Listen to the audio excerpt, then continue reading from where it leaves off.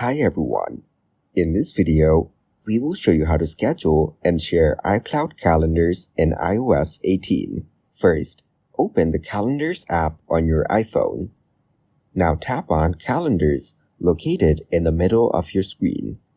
This will take you to view all of your existing calendars. Next, tap on Add Calendar in the bottom left corner of the screen to create a new calendar. In the pop-up menu, tap on Add Calendar again. Now enter a name for your new calendar. Choose something descriptive, like work events or family schedule, so you can easily identify it later. After naming your calendar, tap on Add Person to invite others to view or edit this calendar.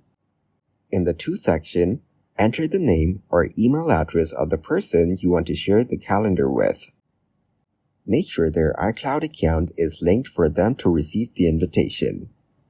Once you've added the person's details, tap on Add in the top right corner to confirm.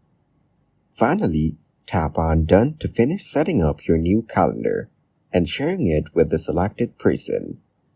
Now your iCloud calendar is scheduled and shared, allowing everyone invited to stay updated on events and appointments.